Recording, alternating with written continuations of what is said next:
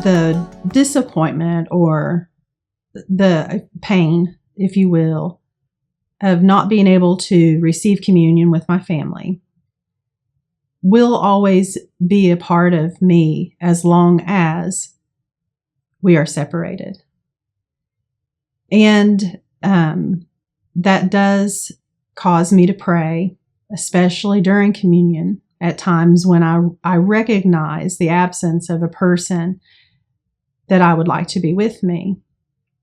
And I have gone to church service in different services with my family where the Methodist communion table was open, and in the Methodist church, communion is open to all believers. And I've been invited each time to come on down and receive communion. But I know that if I go and receive communion, I am promoting a false idea of unity and not the unity that Jesus prays for in the Gospel of John. Because the unity we're called to in the Gospel of John is the same unity that God experiences in himself in the Holy Trinity. And that's how it's prayed by Jesus. So I know that there is separation, and I don't want to be a part of a false sense of unity. I want real and true unity. I mean, no disrespect. And it is hard for me to sit still in the pew, but I know I need to be true to the unity that I hunger for. And it is a prayer of mine that is pretty regular. Not just for my own mother, but for other people that I know would love the experience that I get to have in receiving Jesus' body, blood, soul, and divinity in the Mass, and to have this union with him. So it is my hope that one day my family could come into the church and that we would receive communion together. I know that one day, my family, as far as I can tell, I am not God. I do not make judgments, but I assume and hope and pray that my family will be with me in heaven and we will have unity, the real unity that we're meant to have. It is a hard decision to walk away and to join yourself to Christ. And that's actually what I was doing. I was walking away from my family and I was choosing Christ. And if I were to leave the Catholic Church, and if I were to leave communion, the Eucharist in the Catholic Church, I would be leaving Jesus and choosing something other than the true presence, something other than Jesus. And I do believe that when the Methodist Church has communion, I do believe there is a spiritual union between that person and the Methodist Church and with Jesus, because there is spiritual union between all believers who call upon him. I was hungry for the true presence. I was hungry for to receive him in his real flesh and blood. I was hungry for that.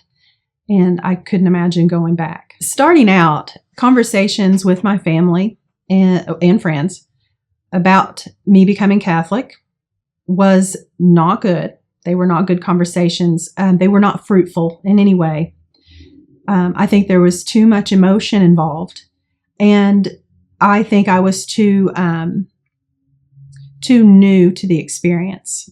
And I know that St. Paul took 14 years to really sit down and put together his Jewish faith and this Christ that he has met, and now the Christian faith. I know he had to work through some things too, I imagine. So in time, though, as I matured in the experience and I gained a better way of talking, and I also had the emotions healed, and my family had their emotions healed. From that point, I've been able to have good conversations. And maybe not necessarily getting into the nuts and bolts of the Catholic faith, but there is an appreciation my family has gained. They do not see the Catholic Church as negatively as they did when I first said I was coming to the Catholic Church. So there is an acceptance. And I feel like I could very comfortably step out of my Catholic shell and explain things from a Catholic perspective. But I can do it with respect. Whereas before, I don't know, there was a time I'm not sure I was respectful enough, and there was a time I definitely wasn't respectful. I can do it with respect, and I can just answer the questions asked. And because of God's grace, I've been able to do that now. The advice I have for a new convert in handling relationships, especially those who are opposed to the decision that they have made to become Catholic, would first of all to have them realize that God is never in a hurry, that you have time, and you have time to go through this experience yourself, and there is no rush to reconcile 500 years of conflict. There is no rush to do that. So I would say to spend time in prayer. I would even hesitate to even answer questions if family, and they will, and they do, start questioning you about the specific doctrines that they don't understand, and they don't understand how you could follow along with the Catholic teaching.